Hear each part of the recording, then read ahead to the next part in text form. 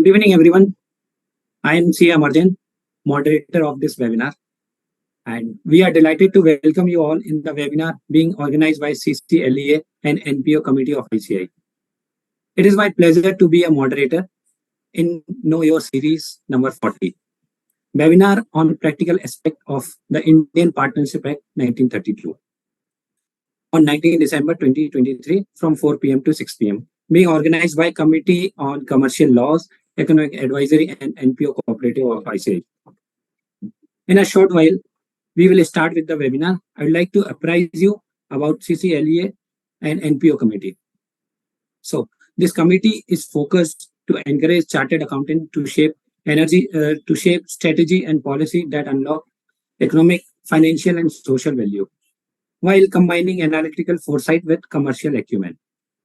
One of the core areas of this committee is to serve the multifunctional task of analysis, knowledge dissemination, inputs to regulators on policy formulation, to develop and publish technical guidance, background material, etc., and to create awareness for professional opportunities for chartered accountants in commercial laws, economic advisory, and NPO cooperatives. Our eminent speaker, C.S. Anaga, with us will talk on practical aspect of the Indian Partnership Act 1932 in this webinar, and we hope that the same shall be useful to all the members. Before I would like to call our speaker today, now I'd like to have some words about our speaker, C.S. Anaga Annasingaraju. So she is partner in KANJ and Company LLP, Pune, and also an insolvency professional. She has professional experience for more than 23 years. She is a fellow member of the Institute of Company Secretaries of India and also registered as an insolvency professional with the IBBI. She is also an IIAM accredited mediator and a certified BRSR practitioner. Her areas of practice are corporate laws, insolvency and bankruptcy code, appearance before NCLT, NCLAT, shareholders, dispute, corporate restructuring. She acts as independent director. She also acts as an external member on the Internal Complaints Committee formed under Prevention of Sexual Harassment at Workplace Act. Her primary areas of practice are acting as IP and appearance before NCLT and IBC matters on behalf of various stakeholders and shareholders dispute. She was the Vice President of the Pune chapter for the year 2022. She is empaneled as a reviewer on the peer review board of the Indian Institute of Company Secretaries of India. Her other qualifications are BCom, LLB, Diploma in Business Management and Diploma in German Language. She is also Six Sigma Green Belt certified. She is a speaker at various professional bodies and training institutes. She engages session on Companies Act and Insolvency and Bankruptcy Code for professionals, students, bankers, business leaders, directors, and KMPs. So there is a list of her achievement here, but without any ado, now I'd like to call our speaker on the virtual stage to take over for the session. Good afternoon, everyone, and thank you, Amar, for the warm introduction. And it's a delight to be here. Thank you for having me here today. And it's very interesting to know about your committees which you have formed for the knowledge enhancement and the betterment of the profession. So which maybe opens or gives a thought to the participants to open new avenues for practice. So it's a really great initiative, and I laud the ICI for that. Coming directly to the topic, I think we have about a couple of hours, but I don't think we are going to need the entire duration of the session. I understand that the questions are to be taken at the end, right? Thank you. So I have a presentation which I would like to share now, and in case anybody has any comments to add, maybe unless your format allows you to, give in the chat box or something, you can do that. Otherwise, we will take all the questions or your comments at the end. Ma'am, the chat box is on, and the questions will be received by our end, by the participants, so we can take them in the end part of the webinar. Okay. So in case anybody has any questions, maybe they can just post it in the chat box and we can take it. Affirmative, ma'am. Okay. Thank you.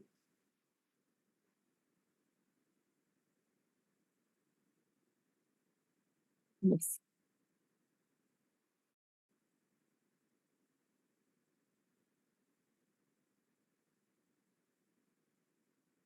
I hope the screen is visible. Yes, it's visible. Yes, ma'am. Okay. So let's come to the topic. This Indian Partnership Act of 1932 was brought into existence. It's a very old law, but with whatever amendments which have come in after that, which are still made to make it the act more relevant for today's times. Still, the old version of the act still continues with appropriate amendments wherever necessary. So what we are going to discuss today is, of course, we need to start with the basics of the types of partnership and those things. I'll not dwell a lot on that because I'm sure you all have studied that at some point in time, or maybe you're already practicing in this area. So you may already be knowing a lot about it, but just since the topic demands that, I need to cover the basics of the Partnerships Act, that the types of the partnerships, the types of partners and those things. We will be discussing with that. Then we will move on to the practical aspects of drafting of the partnership deed. What is the need for it, the partnership deed, to why is it such an important document? Then the steps in the registration of the partnership firm, then conversion into LLPs, conversion into companies, and the other aspects which are revolving around that. So let us start with the types of partnerships. So generally, what we understand is the partnership, as we understand in the common parlance, is the general partnership. So where all the partners of the partnership firm will share the legal and financial liability equally. We understand that it's a partnership firm, the basic essentials of a partnership firm, that it has unlimited liability. A partnership in its general sense, unless it's a limited liability partnership or an LLP, which is governed by the LLP Act, so which we are not going to cover today since it's a whole separate topic by itself. But what we have today, or what we'll be discussing today, is the case of a general partnership where the liability of the partners is unlimited. That is, in case there is some liability which comes in, all the partners will be equally, jointly and severally liable for those for repayment of those liabilities. So that is the common understanding when we talk about a partnership firm which has unlimited liability. Now, the other essentials of a partnership, as we understand, is that there should be at least two partners who are there. Then, as per the law, there are certain restrictions on the maximum number of partners which can be there in a partnership firm, say for a banking business and for other types of businesses also. So we have all studied this previously. So subject to those restrictions, otherwise a partnership firm, there are very limited restrictions on what all business it can carry on. So a partnership can be started for any kind of business which the partners come together to follow or which they want to pursue in their vocation. So generally partnerships are registered, which is again, it's not mandatory to have the partnerships registered. Partnership can be unregistered also. We will also look at the need for registration. Why is it advisable to have the partnership firm registered with the registrar of firms? And what are the disadvantages in case a partnership firm is not registered? Now, coming back to the types of partnership, a general partnership is where the liability of all the partners is joint and several for any liabilities, financial or legal liabilities, which may come against a firm. Then there's a second category, which is the limited liability partnership, as we discussed now, where the liability of the partners is only limited to the amount which they have agreed to take up. So as per the documents, whatever amount they have agreed, that will be the extent of the liability. So that extent of the liability is defined. Typically, in case of professionals like us, we generally go for a limited liability partnership kind of a structure, where the other important aspect is where the one partner is not held responsible for the actions of the other partner, for the liabilities which may arise to the firm on account of the wrongdoings by any other partner or by mistakes of any other partner. So typically for professionals, a limited liability partnership form is a more preferred form of organization as against a general partnership where each partner is liable for the actions of everybody else. So if one partner makes a mistake or one partner incurs some losses, that will be distributed, or everybody else will also be equally liable for it. So that is about a limited liability partnership. Then there's something called as a limited partnership. Now these other types of partnerships may be more for an academic purpose. We may not see most of these in the common day-to-day transactions what we do. So 1 and 2 is something which is very, very spread out, and it is already there in existence for a long time. But limited partnership and partnership at will is, you may not see it in that sense on a day-to-day basis. So limited partnership is where at least one partner is a general partner. So he will be having full liability for the legal and financial liabilities which may come in. And at least one partner is a silent partner with a limited liability. So it's kind of a combination of a general partnership and a limited liability partnership, where one partner will be having all the liability and the other partner will be a silent partner. He will not have, he will have a very limited liability. So he will restrict that this is the extent of my liability in the firm for any losses or anything which arises in any liabilities which will arise. Now a partnership at will is something again a combination which may be included in a general partnership, where the partnership agreement does not provide for any expiration date of the partnership. So it doesn't say that this partnership is there for a fixed period, or it doesn't say that it is for the expiration of, say, a particular project or for a particular venture. So wherever there is no time limit which is specified, which is generally the case in most of the partnership firms, even in case of an LLP, in case of our own LLPs where we have it for our profession, even with there we don't give any date of expiration. So generally all these will fall under the partnership at will. Now coming to the types of partners. So again, we have heard about these different types of partners and their role, and also maybe when we were studying the Partnership Act, and we also know most of them in common usage, when we are talking about active partner or when we are talking about a managing partner for a firm. So a person who is in charge of the day-to-day affairs, it may be more than one. If it's a managing partner, typically it will be only one person who will be in charge of the day-to-day affairs of the firm, who will act as an agent of the firm, and he'll also act as an agent on behalf of the other partner. So if there are 5 partners and we have appointed one person as a managing partner, then that person will typically be responsible for the day-to-day affairs. He will be representing your firm outside as the managing partner of the firm. And it's I won't exactly equate it to a managing director kind of a position, but he will be in charge of the day-to-day affairs, and generally the roles and responsibilities may be a lot similar to what we understand as a managing director. So in such a case, if we have designated somebody as a managing partner, it is he has been holding out to everybody else that he is in charge of the affairs of the firm. In case such a person decides to leave the firm, or in such a in the case that person is going to be no longer associated with the firm, it is always advisable to give a public notice of such an event, so that the third party, the public at large, is made aware, and then that person does not continue to be held liable for the actions of the firm going forward from the date of his resignation. Now, an active partner may be more than one partner. So in case you have a firm of chartered accountants, there are 5 CAs who are there, who all are active partners, who may be designated partners also. So all of those will be called as active partners. So because they are taking part in there could be a distribution of various functions in the firm amongst all of these partners. So there's no one person who has been identified as a managing partner. In that case, all of these partners will be known as active partners, and they all will be contributing to the day-to-day affairs of the firm, taking care of the various roles and responsibilities which have been assigned to them. So those will also be called as active partners or designated partners. As we understand in the LLP Act, the term is used as a designated partner. So they are held responsible for whatever actions or wrongdoings of the firm under the LLP Act. Something similar, what we have here is as the active partner. Now, a sleeping partner. Sleeping partner, we have as is understood as somebody who is does not participate in the day-to-day management. His name is there in the firm as a partner.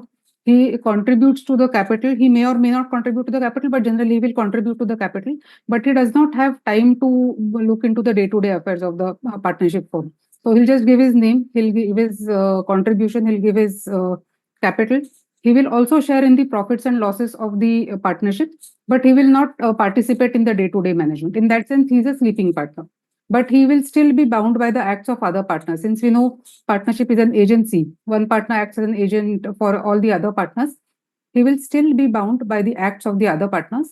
Again, this being a partnership kind of entity where the liability is unlimited. Then another category of partners is a nominal partner. So as the name suggests, the nominal partner does not have much significant interest in the firm. His name is only used as he may be a celebrity or he may be somebody who is well known in the circle. So such a kind of person, he will not have his own interest in the firm. He may not contribute to the capital. He may not share in the profits or losses of the firm, but he will only his name is used and the firm will benefit out of his presence or out of his being a partner in the firm. It is the more of the firm which will benefit rather than him. And even though he may not have contributed to the capital, even though he does not share in the profits, but he is liable to third parties for the acts of the firm and the partners. So in that sense, he cannot absolve his liability, but he is not contributing to the shares. Sorry, he is not contributing to the capital. Neither is he taking any share in the profit or losses. He may have other arrangement with the firm that how he is going to be remunerated for using his name, but that's a different subject. As far as the rights of partners are concerned, he is not. He doesn't have significant interest, and he does not share in the profits or losses. Another category of partners is a partner by estoppel. So such a person, he is not a partner of the firm. So he will not be a part of your partnership deed. You will not have added him as a partner, but he may be by representing to the world by his actions, by his words, or by his conduct that he is a partner of the firm. So somebody who is not been added in the partnership firm as a partner of the firm, but to the outside world, maybe he has been telling that he is a partner or that, in whatever manner he has been doing that, so that a third person who is there outside, he is under the impression that this person is a partner of this firm. So such a partner is known as a partner by estoppel. It is a partner by holding out. Another type of partner, she say, again, in the continuing list, so this could be in any partnership firm, is a partner in profits only. So some people will contribute to the partnership firm, but will say that I don't want to share anything in the losses. I want to share only the profits of the firm. So such a person will also not participate in the management of the firm. The association is generally only for the person's goodwill and whatever money he can contribute to the firm, but he will share only in the profits. He will not partake any losses if the firm incurs any loss. Then minors are also allowed to become partners in a partnership firm. Generally, we understand that the capacity to contract, a person, unless he has attained majority, is not competent to enter into a contract. But there's an exception in the Partnership Act where a minor can act as a partner to enjoy only the profits. So he can, whatever is the minor, enjoy the profits of the partnership, but he will not be incurring any losses. The loss cannot be attributed to him or to his account. And the liability of the minor is limited only to his share in the firm. So he does not have unlimited liability as against the other partners who will have unlimited liability. Once he attains majority, then the minor can decide whether he wants to continue in the partnership firm as a partner or not. Whichever way he decides whether to continue or whether to discontinue as a partner in the firm, then that decision has to be communicated by way of a public notice to the general public, saying that either he wishes to continue as a partner on attaining majority, or whether he wants to disassociate himself or resign from the partnership. Whichever decision is taken, that decision will have to be communicated by way of a public notice. So this is a provision in the Partnership Act, so which needs to be followed. Now there could be something known as a secret partner. So secret partner is someone who the outsiders do not know about this partner. He is a partner by way of the partnership deed. His role is somewhere between an active partner and a sleeping partner. So just like a sleeping partner does not participate in the day-to-day affairs, this person may take part in some of the activities of the firm, but the outsiders don't know that this person is a partner of the firm. His liability is again unlimited because this again being a partnership kind of an entity. And he will obviously he will also participate in the management of the firm. So such a person is known as a secret partner. Outsiders don't know about it, but his name is very much there in the partnership deed, and he's entitled to share the profits and the losses of the entity. Outgoing partner, again, there could be some time difference between when a person actually shows his intention to leave and when the actual resignation happens. In that duration, the person who is voluntarily going to go out of the firm is known as an outgoing partner. So outgoing, as you would be aware, outgoing partner, then we need to work out again what is his share, how is the distribution going to be amongst others and amongst him when he leaves and all those things. But he will be liable for the debts and acts which are done by the firm before his retirement. Post his retirement, once the reconstitution deed and everything is done, he will no longer be liable for the actions of the other partners or as well as the actions of the partnership firm, which may be taken after that particular date. He will be liable even though he may have resigned, but the actual resignation or the actual deed of reconstitution is signed at a later date. He will be liable till that particular date, till the date when the actual deed is signed for his retirement. Now, after looking at the basics of the types of partners, the types of partnership firm and all, now let us come to the steps to register a partnership firm or even to form that partnership firm. First is obviously we need to have a name for the partnership firm. Generally, the name should not be similar to any name of any existing company with the same business, who's doing the same business or which already has a trademark. So you get into all those legal hassles of trademark violation and all those things. So the name as far as possible should be unique, although the Partnership Act as such does not give any guidelines against the Companies Act. So Companies Act has a huge list of do's and don'ts in that sense for which names are allowed, which names cannot be allowed and all that. So partnership could be a bit more liberal, but then we ourselves should take care that it should not be similar to any other trademark and so on. Then drafting of the partnership deed is a crucial step. We will come in detail, we'll discuss in detail about the points to be considered while we are drafting the partnership deeds.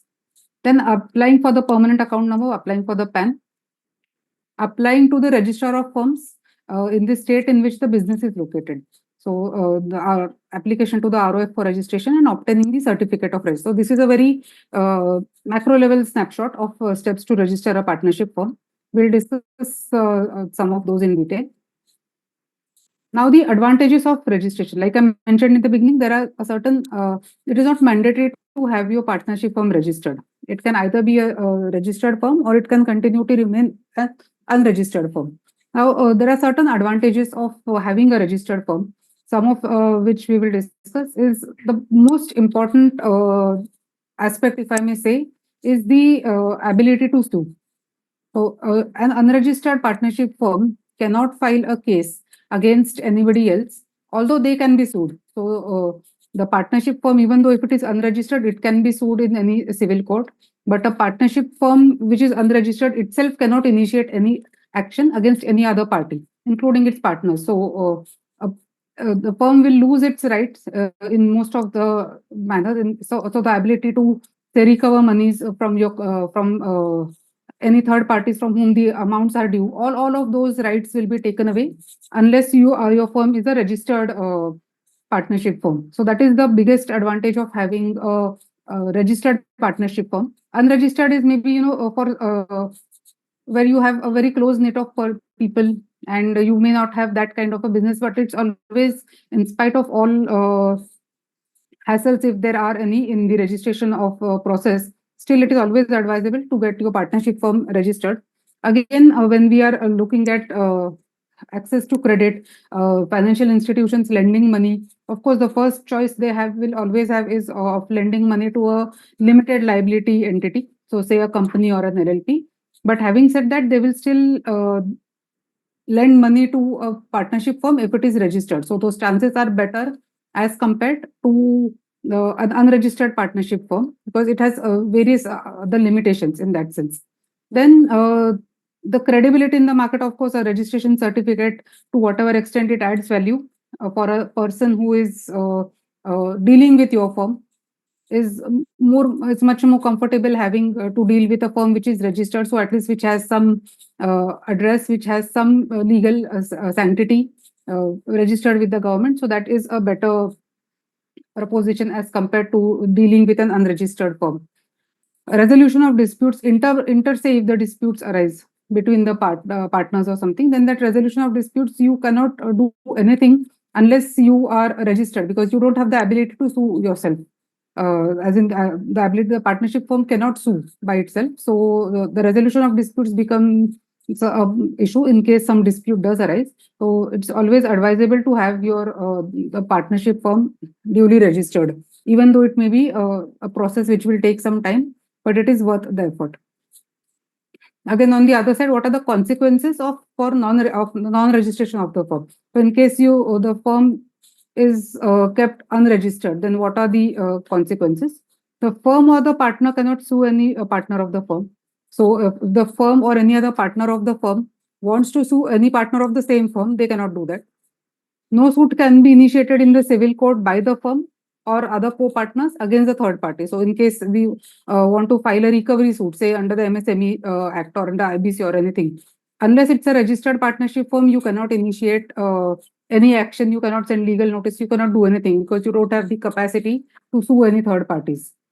Same is the case of a breach of contract. So in case of a breach of contract by a third party, you cannot sue it. Although the third parties can sue the firm, even though you're unregistered, but you in turn cannot take any legal action. So it will be a difficult proposition. Even if you want to go for, not only for us as professionals, if you want to recover some money from any clients, but even for people who are, say, in the construction line or anything, there are so many host of issues which are there, for which they need to have this legal protection, whereby they're able to defend themselves, or they are at least able to initiate legal actions if required. So it's always advisable to have a registered partnership firm as against an unregistered one. Now coming to the partnership deed.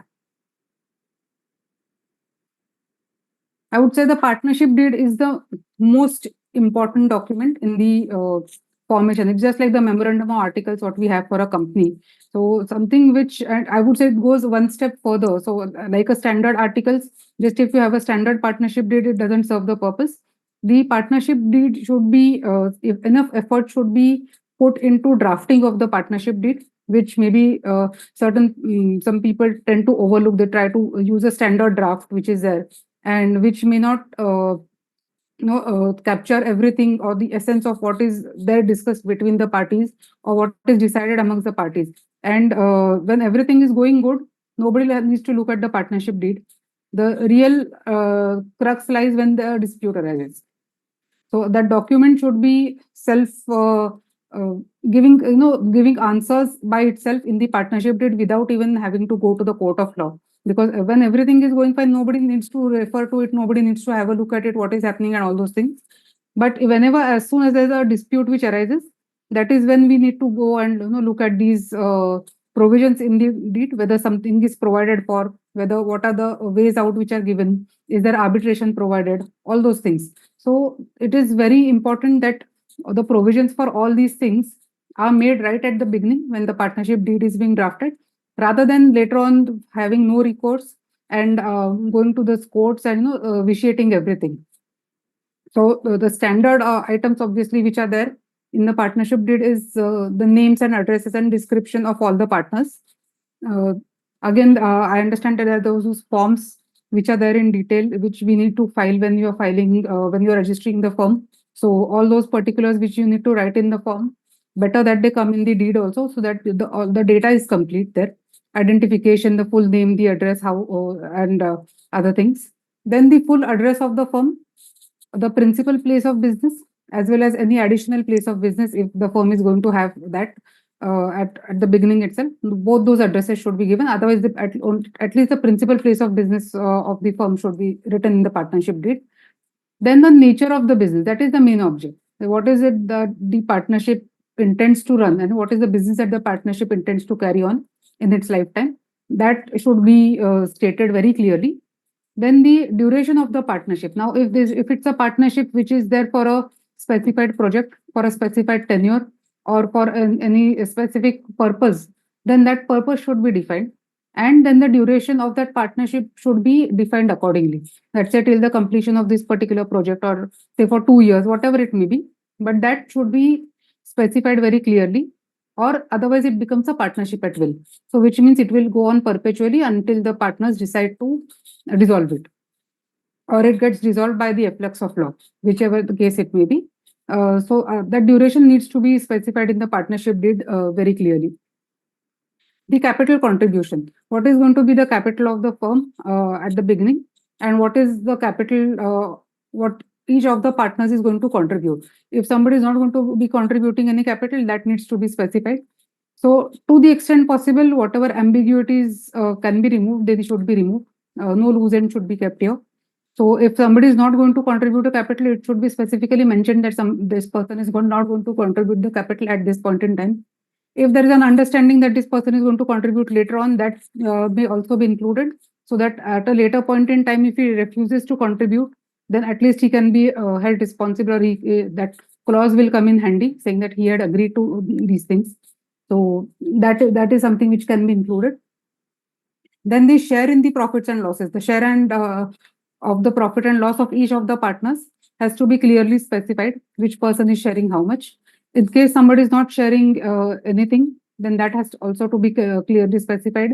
If somebody is sharing only the profits, that also needs to be clearly specified. In case there is a minor, then that point needs to be very clearly highlighted, because then that minor will only be sharing in the profits of the firm and his liability is going to be limited. So those clauses have to really come out very, very clearly. So any third party who looks at the partnership deed will understand what is the extent of liabilities of each of these partners who are there in the firm.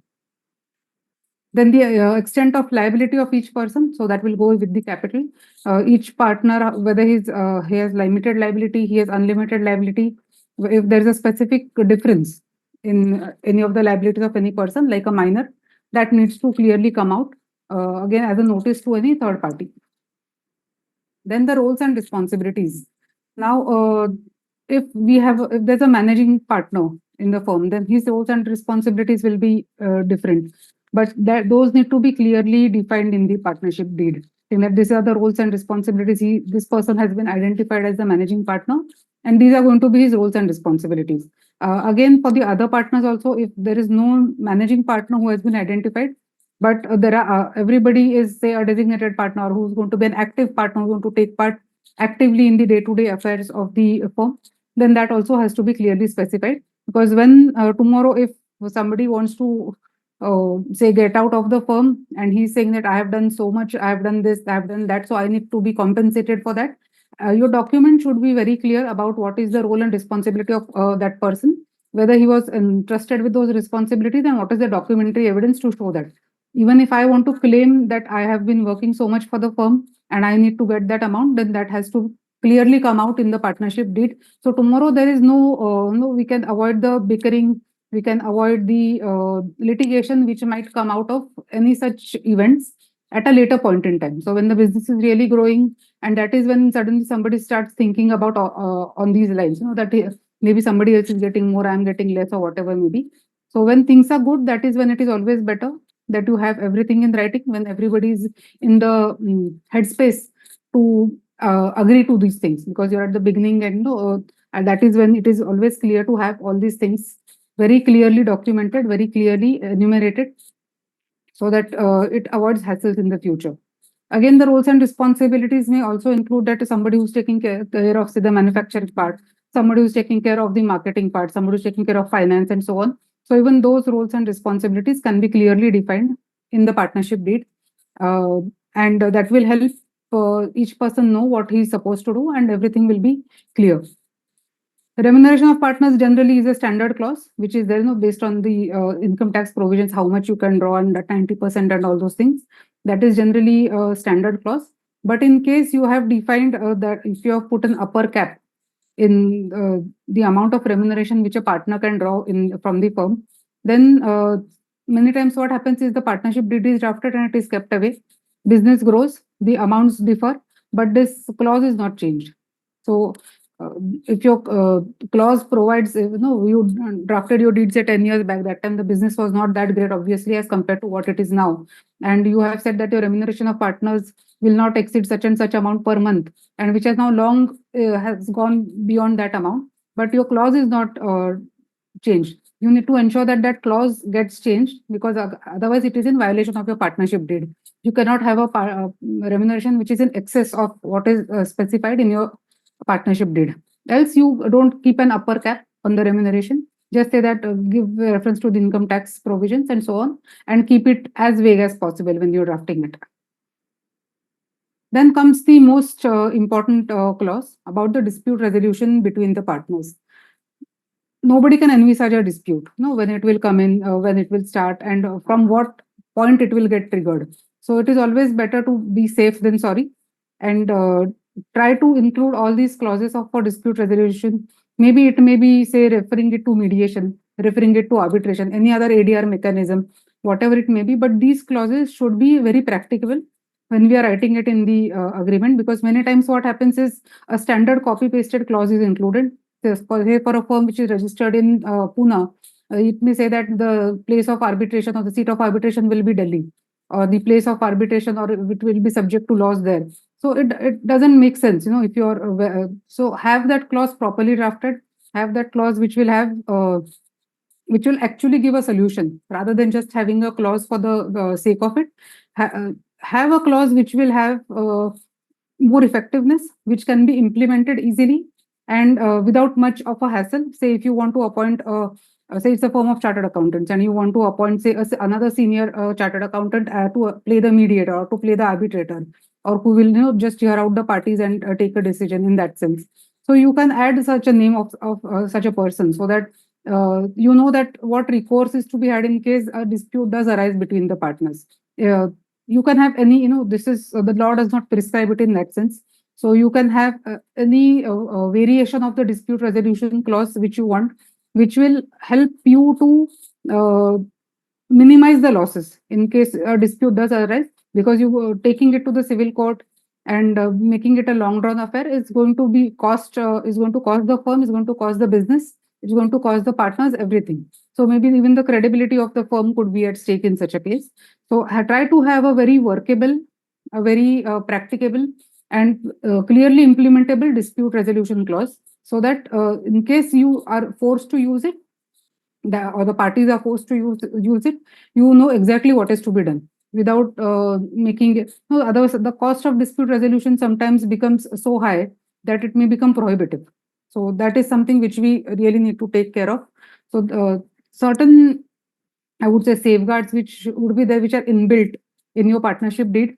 It should not be a copy paste or a standard kind of an agreement.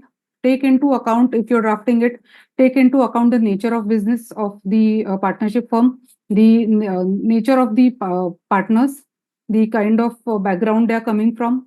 What is it that is, you can actually ask them that what is it that you want to include in these clauses. So something like what we have as a special majority clause in the Articles of Association, where you say that unless all parties agree to these things cannot be done. Say a change in auditors or whatever, those are typical clauses which are there, which we call as a special majority clause. Something similar can always be included in the partnership deed, so that everybody is safe, nobody or everybody is happy, and they know that some things cannot happen without my consent. So kind of a veto also, but at the same time, which will ensure that the company, the firm keeps on functioning. So it should not be something which will cause hindrance. Say for every small thing you need to go or call meetings of the partners. So those things may not be there, but it has to be again a very practicable kind of situation where the partners are actually able to implement it, not only for the dispute resolution, but even for the day-to-day working. As it is, a partnership does not have so many compliances as a company. You don't need to have those board meetings and all those things, but at least it should not be a situation where only one partner is managing, the other partners are not aware about what is happening. And then that is where the issues will start, that why there is so less profit, or why there are losses in this company and we are not participating in the affairs, so we don't know anything. The books of accounts are not maintained. Maybe we can know whatever we include in the LLP agreement, or whatever we include in the articles. Similar things can be included in a partnership deed. Maybe not to make the life cumbersome for the partners, but at least to ensure that we are able to avoid certain things which are avoidable, so that everybody is kept informed. Say at least annual accounts will be circulated, something to that effect. At least those clauses, if they are there, they will take care of the typical starting points which generally happen in case of disputes between partners. At least those will be prevented if the partnership deed is drafted in a manner which is fair and which ensures transparency. in the affairs of the firm. So that is about the partnership deed. Other things which we need to take into account about the partnership deed is the stamp duty, because unless a document is stamped adequately, it may not be enforceable. So ensure that the document is adequately stamped as per the Indian Stamp Act, Bombay Stamp Act, or whichever stamp act is relevant in your location. Then the deed should be executed within 6 months from the date of stamp paper. Now, this has come out of some decided case laws or certain circulars and all that, which I've just tried to compile here. From the date of purchase of the stamp paper, the deed should be executed within 6 months. There should not be a gap of more than 6 months from the date of the stamp paper. The date of stamp paper is the date of purchase of the stamp paper. Then the stamp paper should be in the name of the firm or in the name of the partners. It should not be in any third party's name. And for the purpose of this agreement, then the duration of the firm should be clearly mentioned in the partnership deed, whether the partnership is for a specified duration or whether the partnership is at will. So that should be clearly mentioned. Where a company is proposed to be a partner of the partnership firm. So a company can be a partner in a partnership firm. Please ensure that the memorandum of the company, which is proposing to be a partner, allows that company to become a partner in that partnership firm. So generally the memorandum will have this investment clause and whether they can become a partner in a partnership firm or not. So ensure that the memorandum of that company allows it to become a partner, because that would go to the root of the partnership itself. And in case of a change in constitution, so if there is some partners who are exiting, some partners who are coming in, ensure that the incoming and the outgoing partners all sign the deed, so that tomorrow when you're going to the ROF and trying to register the deed, there should not be any practical issues in filing of those forms which are required to be registered.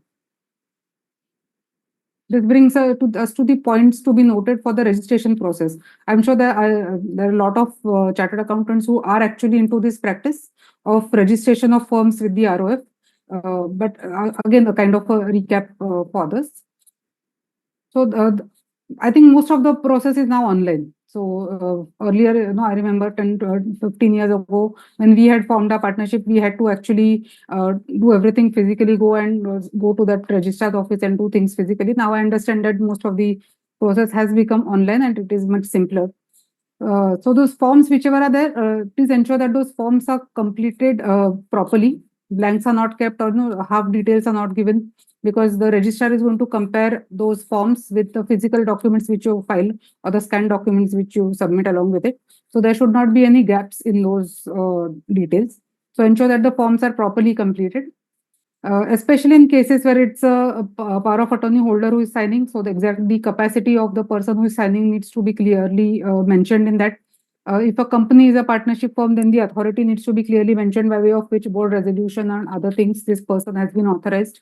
If it's a trust and so on, so that the partner's capacity has to clearly come out in those forms and the supporting document for that, as under which that person is drawing that authority to sign that particular document. Then some forms are required to be notarized at the time of before submission. And notary, the meaning of notary is that when a notary is signing that, it means that the notary has witnessed all those persons signing in front of him. That is what is signified as when the notary signs it. So you cannot have different dates of each person signing. So ensure that there are small things which maybe once the documents are filed with the ROF, that is when the queries may come in. So then again, we lose time in trying to get these documents re-notarized or regularized, whatever may be required. But this is something which may be which is avoidable. So take care that all the partners are signing on the same date as the notary is signing.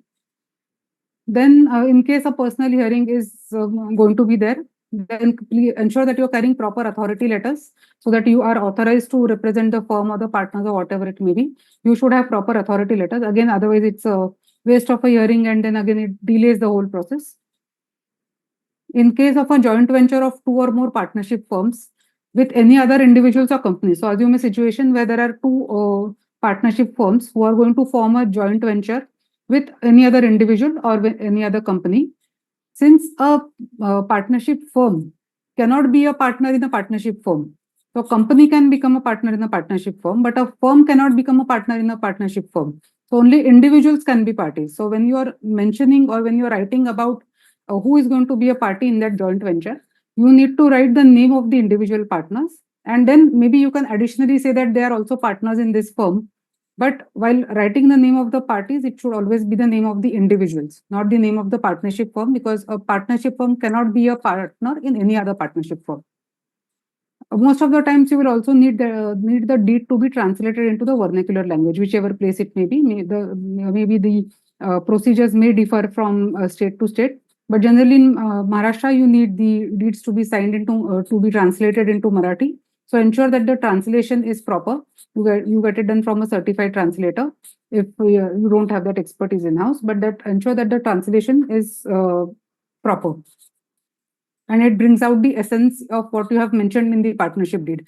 So especially if you're going to have certain different clauses in the partnership deed, which need to come out in their own essence, then ensure that the translation which is done properly.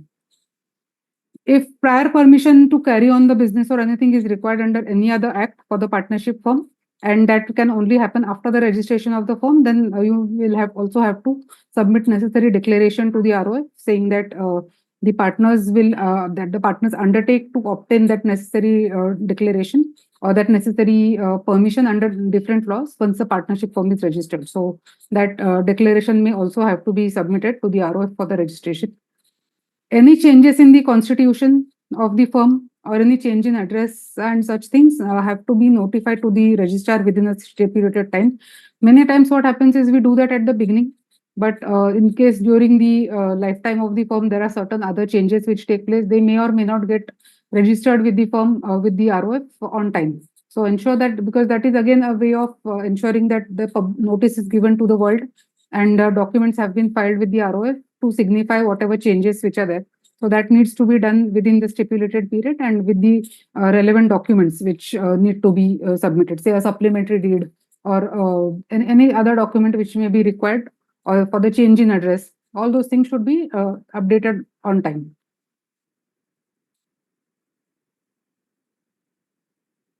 Now we come to the change in constitution of the firm. So a change in constitution, as we understand, it could be whether which could happen because of admission of a new partner, one or more partners. It could happen because of resignation of an existing partner who wants to leave or exit the firm. In case of death of an existing partner, or in case when a minor attains majority. So that is when he needs to decide whether he wants to continue or not. That is when another reconstitution is possible. So generally, these are the four events, I may say, when there could be a change in constitution of the firm. You will have to draft a supplementary deed. Now, either you have that supplementary deed will be something which is arising out of your original partnership deed. So by again drafting that, you will have to say that you give reference to your original partnership deed. Then you will just have to say what is the change which is happening. This person is going out, this person is coming in, or whatever the event may be. And you will also have to ensure that you say that all the other terms and conditions which were there in the previous partnership deed are going to apply mutatis mutandis to these new partners also, or to the remaining partners who are there in the under the supplementary deed. That is very important because you will have to draw power from your original partnership deed. Otherwise, you will have to redraft the entire partnership deed now and reintroduce all those clauses again. Better way to do it is that just in the supplementary deed, just say what all clauses of the original agreement are being modified and say that everything else remains the same of the original partnership deed, so that you don't miss out on anything.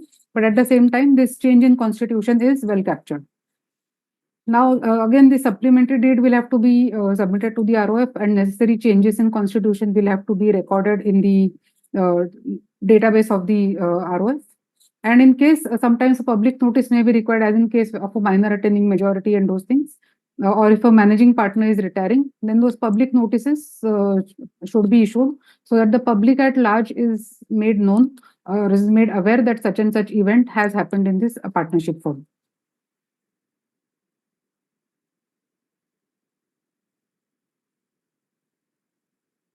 Okay, now coming to the dissolution. One more thing here, at the time of change in constitution, which I forgot to mention, is of course that you need to draw up the financials of the firm as on that particular date, even in case of an admission or in case of a resignation, death, or any event, or any of these events, because you will have to arrive at the profits which are payable to the previous partners, and on that cutoff date, and after which date the new partners may be there, or some of these existing partners may have resigned. So those for accommodating those changes, and at least for making known that what is the share right of the old partners or the continuing partners, those financials will have to be drawn. Now coming to the dissolution of the partnership firm. Again, dissolution can be in two ways. One is where there is a voluntary dissolution, where the partnership in these manners will itself decide that they want to dissolve this partnership firm, or something which is involuntary, which is by efflux of law. So that also we will discuss it. Voluntary dissolution is by mutual agreement, where the parties decide to dissolve, themselves decide that they want to dissolve the partnership business for various reasons. It could be for losses, it could be for because of mutual dispute. They don't want to take it to the court. They feel that rather than doing all this, it is better that we just close down this business. Or if there's a change in circumstance which happens, as in they had decided to go for this business for a particular reason, but now there is a change in plans, and now they no longer want to continue working in this partnership firm. So for that reason also, so all of this will be by way of a mutual agreement. All the parties will sit down and decide what is it that they want to do, how to close this partnership, and then by drafting of a dissolution deed, they will come to the voluntary closure of this partnership. Again, if one of the partners feels, if all are not in agreement, one of the partners feels that this partnership ought to be dissolved, he will give a notice to that effect, provided it is given in the partnership deed. So the partnership deed, again, we come back to it, the importance of this partnership deed. If the deed does not make provision for such a thing, where a partner by mere notice can dissolve the partnership firm, if such a provision is there in the standard draft, then you can imagine how much damaging it can be for the partnership business. If one partner suddenly one day feels that no, we should dissolve this partnership firm, and he gives a notice to that effect, and if the partnership deed allows it, then everybody is bound by that. So, or you will get into litigation whether we should do that or not, that and becomes a very costly affair. So again, we come back to the importance of the clauses in the partnership deed. Then in case the partnership was formed for a completion of a particular project or for an undertaking, that this partnership is only going to be, say, for this particular construction of this particular project, or some other thing which may be there, say, for 2 years, or if a time is specified. And if this time has elapsed, then again it becomes a voluntary dissolution of the partnership firm, and which is on the happening of an event which was already pre-decided. So which that event will be again defined in the partnership deed. And on the completion of that event, this dissolution of the partnership will happen. So these are the 3 ways in which a partnership firm can be dissolved voluntarily. Now looking at the involuntary, or maybe by operation of law, if we can say, these are the events when the partnership will have to be dissolved. One is on the death of a partner, unless again it is specified in the deed. So standard practice would be that in case of a death of a partner, the partnership will dissolve.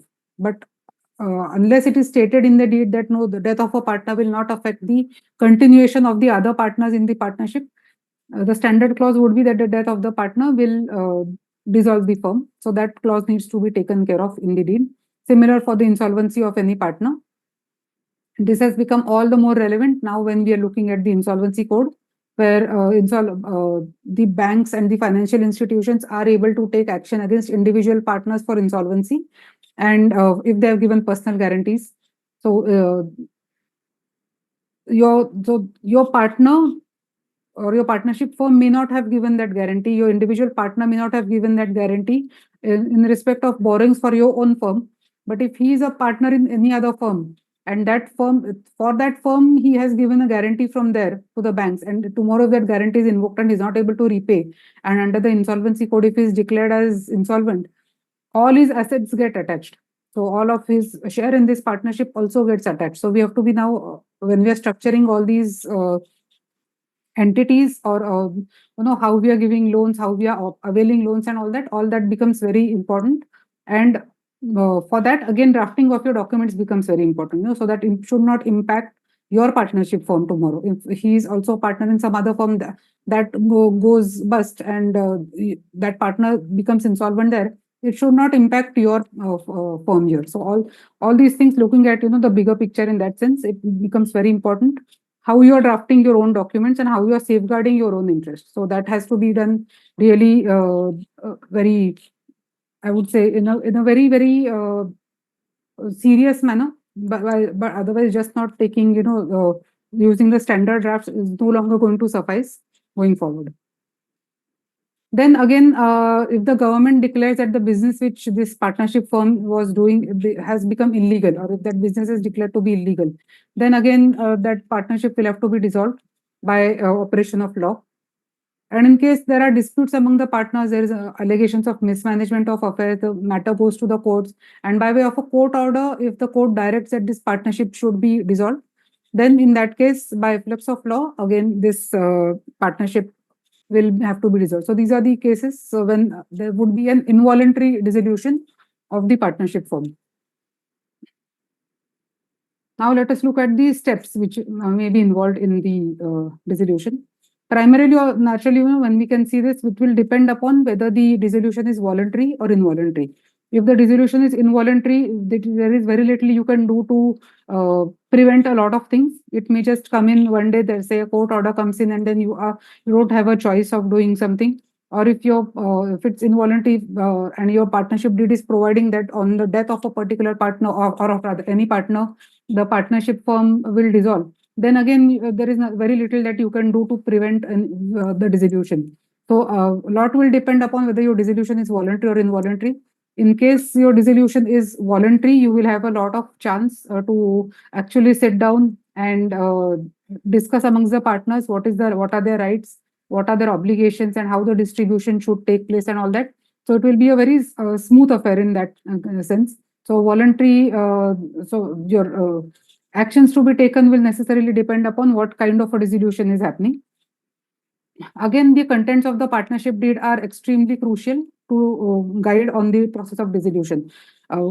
Mostly your partnership deed should contain the actions to be taken in case the firm is to be dissolved. So if the partnership deed can say that in case of a decision by the partners to dissolve, the following things should be done. So the dissolution process may be actually defined in the partnership deed. Then the rights and obligations of the partners in such a situation should also be defined. It may also say that this particular partner may be responsible for these things and for preparing the books of accounts or for whatever it may be. So all those rights and obligations of the partners should be very clearly defined in the partnership firm, in the partnership deed in case of a dissolution of the firm. So regular you will in any case define, but in the role in the dissolution should also be very clearly defined there. Again, in what manner the distribution of assets and liabilities should take place, that also should be given. In case there is an insolvency, in case the liabilities are more than the assets, then how should the dissolution happen? Who should bring in? How should the shortfall be met? All those things should be clearly given in the partnership deed, so that tomorrow there is no ambiguity on that, there is no dispute about that. Having said that, in case maybe some partnership deed has not mentioned it, again, it is open to the partners to today sit and decide that this is what we are going to do and this is how we are going to dissolve by a way of a resolution. So that is also possible in case the deed does not provide for these things. But again, as long as the situation is amicable amongst the partners, it is easier to pass such resolutions. In case there is the situation has deteriorated, then it may not be possible to even arrive at a consensus how to go about closing down the business. So important again to have things done when everything is good. Then coming to the drafting of the dissolution deed, again equally important, as much as drafting of the partnership deed, drafting of dissolution deed will also be equally important, because it will define the rights, obligations, and the distribution of the assets, the distribution of the liabilities, how the liabilities are going to be met, and if any of the partners is going to be held liable after that. All those things will again be covered in the dissolution deed. So again, drafting of dissolution deed is very important. Again, there could be a situation where one of the partners is taking over the business, or if the partnership firm has certain assets in its name, say a trademark or certain other intangible assets, or even maybe fixed assets for that matter. Who is going to distribute that? How is it going to be distributed? Whether the valuation is to be done for intangible assets, typically who will do the valuation? Whether you want to appoint one valuer, two valuers, who should be the valuer? Everything can be defined beforehand, or at least whenever you start thinking about these things, so that there is again clarity in the process, how to go about doing certain things. And if say one or two of the partners are going to continue the business, say with the same name but a different firm, what is going to be the goodwill in that? If the trademark is going to be given to them, if the business is being given to them, all those things should be properly discussed and documented. Then, needless to add, the books of accounts will have to be prepared for the dissolution, including the assets, liabilities, what are going to be the profits, losses, how is the sharing going to be of the profits and losses. Then, as is involved in closing down of any business, realize all the assets of the partnership and settle all the outstanding dues. In case there's an insolvency situation, then who is going to bring in that money, because the liability of the partners is unlimited. So they'll have to bring in that amount of shortfall. So how is that going to happen? Whether it's going to happen in the PSR or in any other way, that needs to be specified. If there are going to be surplus assets, then how those assets are going to be distributed? Then those assets should be distributed as agreed in the deed. And after that distribution and everything is done, then the dissolution deed needs to go to the registrar for registration. And whatever final tax returns need to be filed for the individual and for the firm, those returns will have to be filed to complete the process of dissolution. Now we come to the conversion into LLP. So a partnership firm may be converted into an LLP, or it may be converted into a company. So we'll discuss both the situations. There are certain prerequisites for conversion of a partnership into LLP. So, and these are prescribed under the Income Tax Act, so that the LLP which is going to be formed as a result of conversion of the partnership continues to enjoy certain benefits. So these are the requirements which are given in the Income Tax Act. First is that the partners of the firm should continue as partners in the LLP. So whoever was partner in the firm should necessarily be a partner in the LLP also in the same PSR. Then the firm should have been registered under the Partnership Act. So unregistered firm cannot convert itself into LLP. It will first have to get itself registered, and then it can convert into an LLP. The consent of all the partners is a must. So all partners must agree to convert for the conversion of the partnership into the LLP. All the partners will be required to obtain in DS, all the procedural things which need to be done, they will have to be done. Then a statement of assets and liabilities has to be prepared before the conversion, and which has to be duly certified by a chartered accountant. So these will give the position of the assets and liabilities on a designated date before filing of the application. If there are any secured creditors, so if the partnership has availed any secured borrowings, then the consent of the secured creditors is also required. That will have to be submitted to the ROC for the conversion. Copy of the latest ITR acknowledgement. So latest return which has been filed, the acknowledgement of filing of that return needs to be also filed with the ROC. And the details of any pending litigation. If there is any litigation pending against the partnership, then that disclosure needs to be made to the registrar. So the requisite forms which are there, which are prescribed, this application needs to be filed in those prescribed forms. Then what are the advantages? No, it's a very it's a very known fact about what are the advantages of a partnership converting into an LLP. Biggest advantage being the limited liability for partners. So the exposure which is there of each partner for the not only for the outside liabilities, but for the liabilities of the third or wrongdoings of their of the own partners of the partnership firm. Those liability also can be limited. So typically in case of professionals, say doctors and others, this becomes a more lucrative kind of an entity of forming of the LLP. Then again, with a limited liability, with a perpetual succession and all those features which we have studied, that becomes a better option for in terms of in terms of availing credit, or in terms of expansion in terms of attracting investment, it becomes a better option as compared to a partnership firm. You need not go into the details of each of those things, but generally you understand what all could be the benefits which come because of being a limited liability partnership, which is registered with the ROC, which has a perpetual succession, which has the right to sue, the ability to be sued and to sue others. So all those things are going to be definitely an added advantage. Then again, the ability to undergo any kind of restructuring, say mergers, amalgamations, and that all those things are possible for a LLP as compared to a partnership. So those advantages may not be available to partnership firms unless they convert into LLPs or companies. So again, that is one of the other reasons why a partnership can think of converting into an LLP. Now, there are certain exemptions under the Income Tax Act. Of course, you all are experts on Income Tax Act. I'm just drawing your attention to certain provisions which are there. So exemption from capital gains tax on transfer of assets on conversion is available for conversion of a partnership to LLP, subject to the following conditions. So if these conditions are met, then the capital gains, there's an exemption on the capital gains tax which may arise from the transfer of assets. The conditions are that there should be no change in the profit sharing ratio. So whatever was the ratio in the partnership should be continued as the ratio in the LLP. The business should be the same. So whatever business was being carried on in the partnership should be carried on by the LLP also. There should be no change in partners. And there are other conditions of filing of income tax returns and the pending litigation declarations and all that. Subject to those, then the exemption can be availed if these conditions are met. Steps with the ROC, again, first to start with, you will have to have the DIN and DAC of the partners, then apply for the name with the ROC portal. Again, depending upon whether you have a trademark registered in the firm and all those things, it may be easier to get the same name depending upon the facts of these case. Then drafting of the LLP agreement, again, a very important step, again, trying to reflect all the understanding between the parties, trying to have the dispute resolution clauses, the day-to-day working clauses, the extent of rights, liabilities, roles, responsibilities of the partners. It could be a mirror of your partnership agreement. So something similar can be drafted in your LLP agreement also.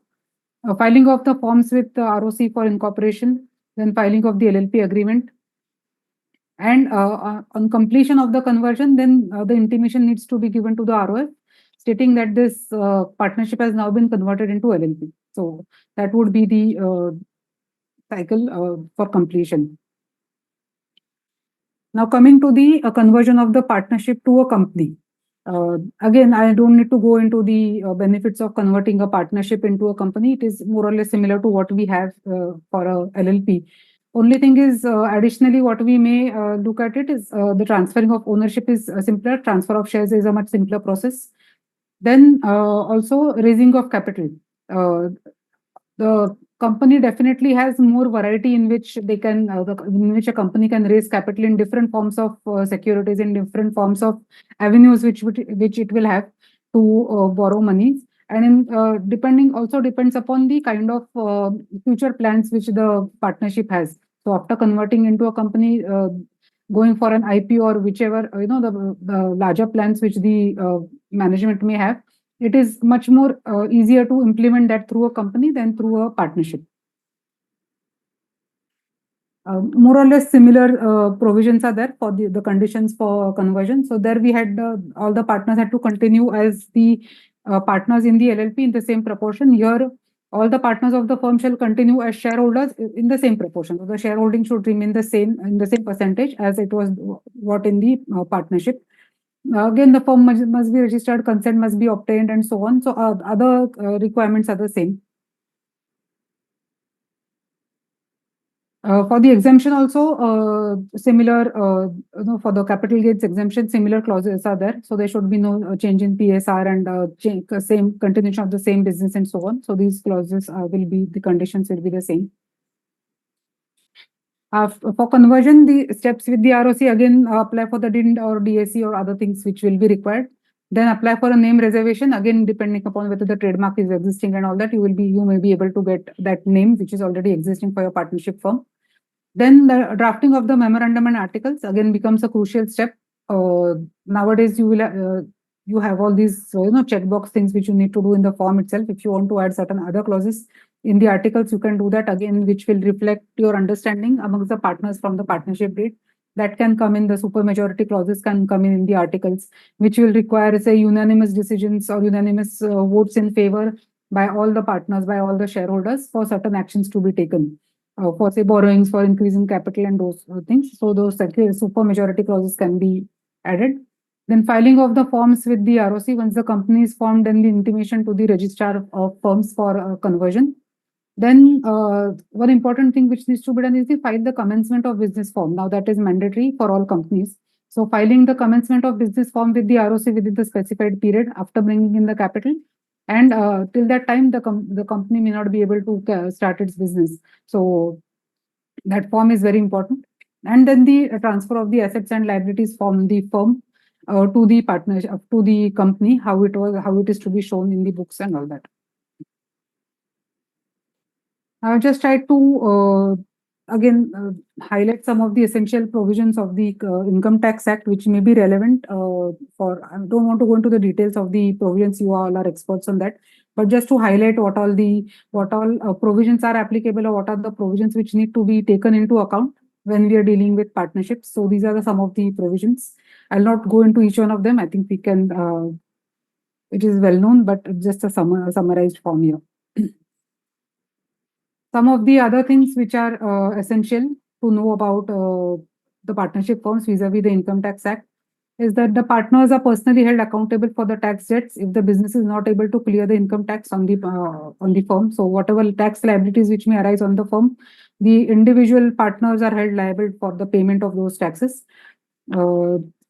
Then the partners will be receiving the share in profit, the remuneration from the firm, and the interest on capital or loan. Out of this, the share of profit is not taxed in the hands of the partner, but the remuneration which a partner receives from the firm and the interest on capital or interest on the loan which he receives from the firm, that will be taxed in the hands of the individual partner. Yeah, so this is something we discussed. The partner's share in the total profit of the firm is exempt from tax in the hands of the partner. So share in profit is basically exempt. Tax liability on the remuneration that we discussed, it will be taxable in the hands of the individual partner and not in the hands of the firms. And again, the remuneration limits which are given, that 90% and all those things. So as long as the remuneration is within those limits, then that remuneration will be allowed as a deductible expense. Tax on the TDS on the remuneration is not required. When the remuneration is being paid to the partners, that TDS need not be deducted. When the interest is being paid to the partners, that interest will be again taxable in the hands of the partners and not in the hands of the firms. These are certain conditions for claiming deduction of remuneration under Section 40B. So what I mentioned about the 90% and those things. So this is, I don't really want to go into a lot of detail on this. This is something which is known to you, so I'll just skip this slide. Whether foreign investment is permitted in partnership firms. So as regards NRIs or persons of Indian origin, PIO as they are called, who are resident outside India, they are allowed to contribute to the capital of the partnership firm without prior approval, provided that the contribution is on a non-repatriation basis. So the money cannot be taken out of the firm, or it cannot be taken out of the country. Investment is done through the specified accounts, and the business of the Indian firm, in which the business which is of the Indian firm should not be in those categories. So the agricultural, print, media, real estate, and those categories, then the Indian firm should not be engaged in those businesses. So that is the condition. The foreign partners who are there, they will have to obtain a permanent account number here. And again, the deed should define the rights and liabilities of the foreign partners, or foreign, rather the NRIs or the PIO partners who are there. The rights and liabilities should be clearly defined, because in case something happens, in case that partnership firm needs to be sued or some tax any demands are there on this firm, then it should be enforceable. I mean, the department or whichever the court who is passing the orders, they should be able to implement that. So the extent of liability of these non-resident partners should be very clearly defined, so that in case required, the courts can go after them or go after their assets, or if the deed provides that no, these people are not going to be held liable for these things, then the deed should clearly specify those things. Then FDI in partnerships, that is foreign direct investment. Previously, we discussed about the NR and the PIO things. Now, this is the foreign direct investments. FDI in partnerships is not encouraged and is also not under the automatic route. It is allowed in specified sectors only, subject to prior approval of the Reserve Bank of India. In case of joint ventures, if a joint venture is there which allows FDI, of course, subject to the prior approval.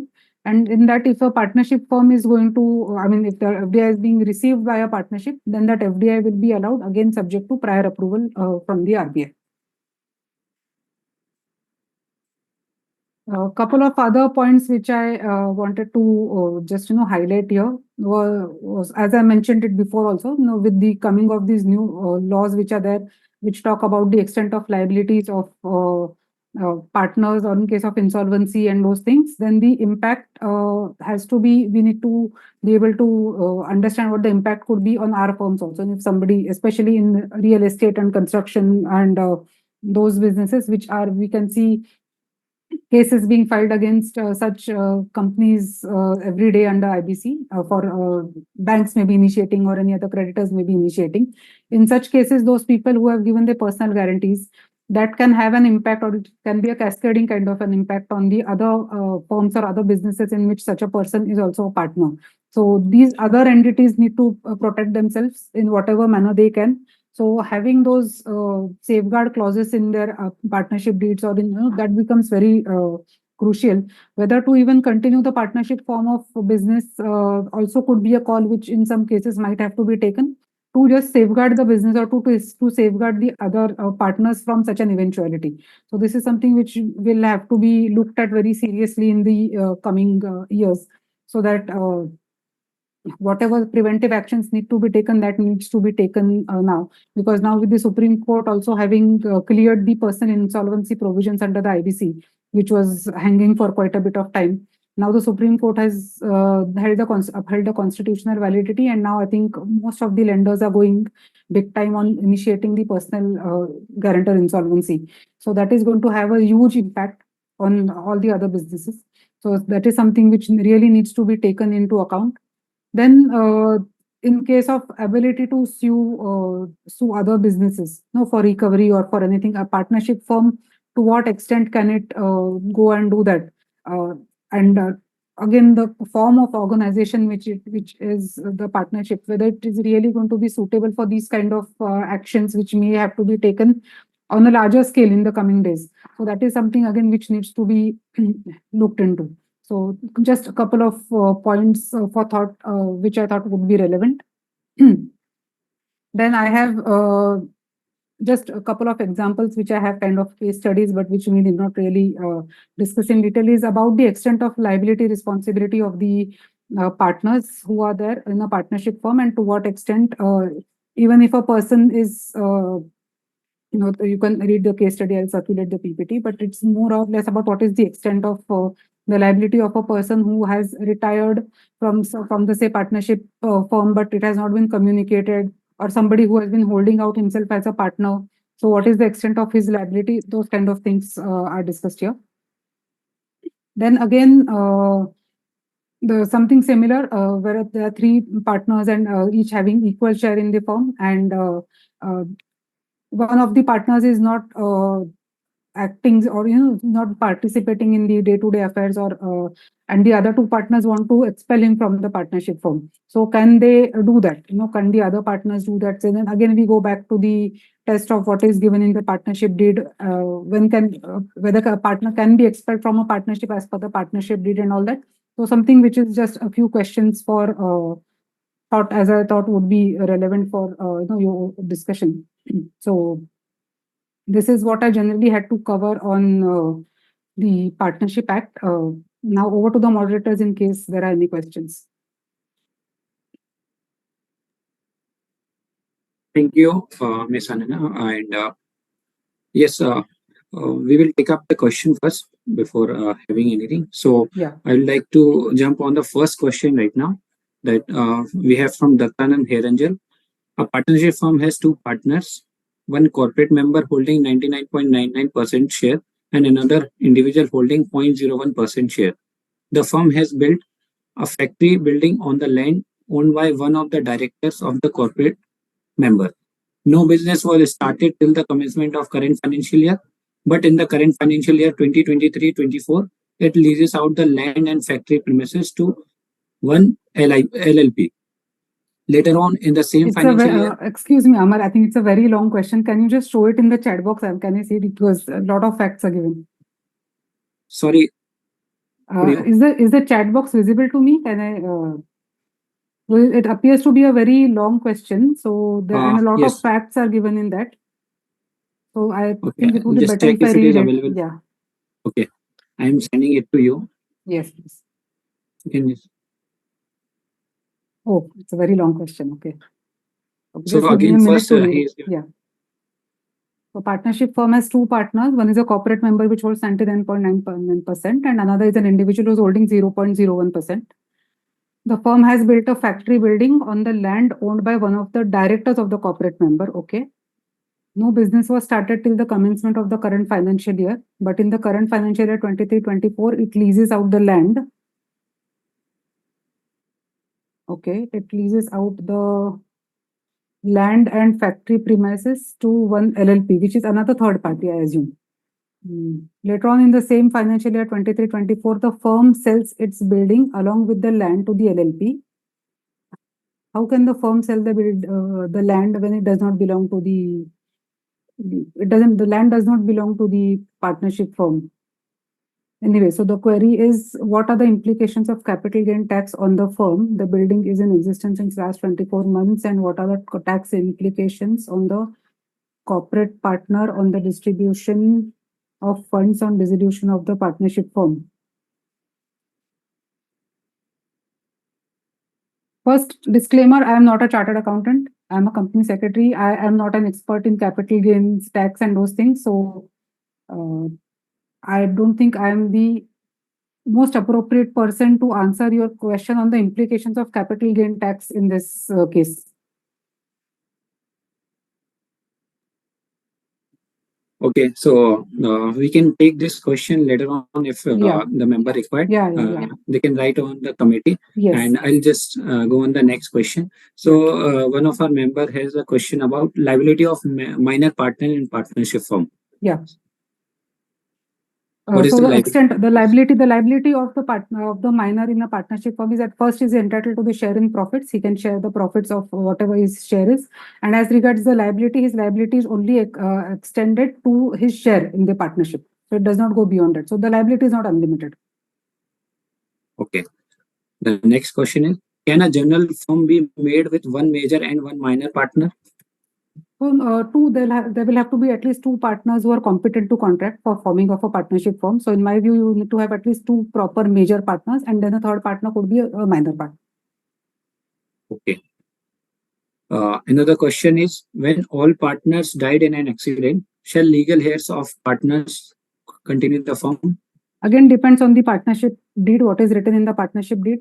If the partnership deed does not provide for dissolution of the partnership firm, then the legal heirs may be able to continue. But if it provides for dissolution, then again we'll have to look at the partnership deed and decide accordingly. Because partnership does not have a perpetual succession, and the entity is not separate from the entity from the existence of the partners. So again, what the deed provides will be very important. Okay, and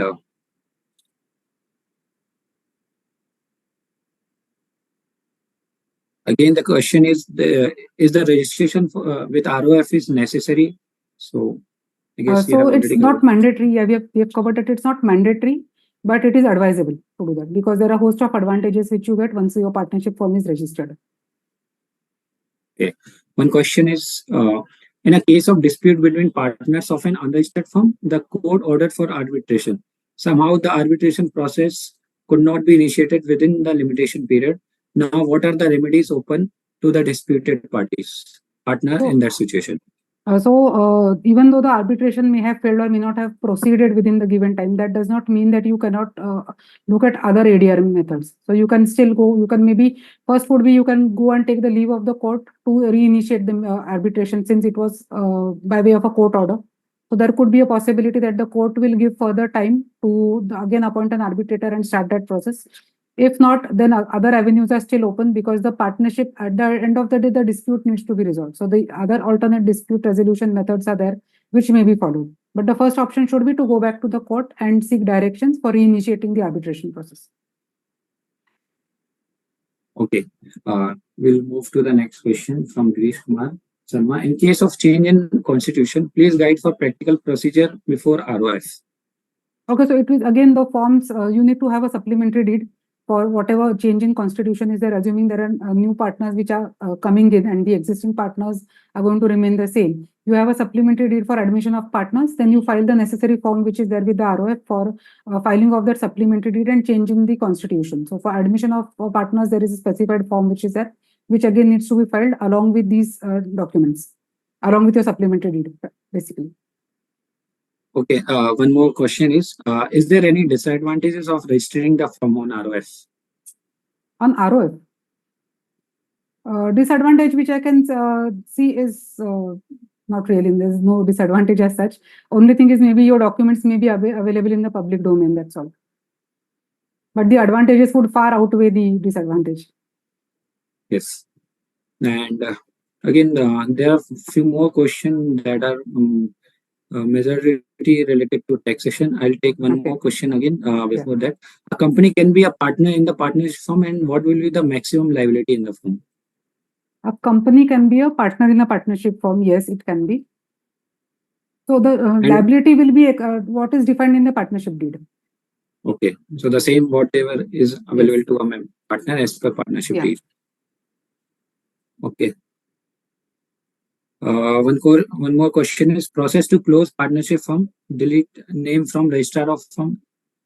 Question Yes, mark. so if it's a registered firm, then you need to file the dissolution deed, what we discussed. The dissolution deed will have, because when you're closing, it means that the firm is dissolved. So the dissolution deed needs to be filed with the ROF if the firm is a registered firm, and then the ROF will take the steps for removing the name. Okay. And one more question is about if one of the two partners have died, then partnership automatically dissolved or not? Depends on the clauses in the partnership deed. If the deed provides that the death of a partner will result into dissolution, then yes. Okay. Again, there is supplementary to it. If the deed is silent on it, then what is the implication? Then the law of it? provides that the firm will dissolve. Okay. So, ma'am, we are done with the questions right Okay. now. And I'm sorry, I'm not able to answer the detailed questions on taxation. I'm not a subject matter expert, so I would rather not get into it at all. not at all, ma'am. We all understand that, and I would say all the members that they can definitely write to the committee, and I guess our speaker will be happy to handle if any queries are left over. Definitely, yes. So thank you so much, Ms. Anaga, for delivering such detailed deliberation about practical aspect on partnership and various issues that we are handling in partnership these days. So you had a detailed observation on everything, and we could definitely learn a lot about it. So I I'm hope sure it all was the helpful. Yeah. Yes, I'm sure all the members could get the knowledge about it. If they have any further queries on it, they can definitely write on to the committee, and Sure. we will be happy to help on that. Yes. So, Yes. Thank you with so this, much for the I'd like to- opportunity. It was nice interacting with you all. Thank you very much. Thank you for listening.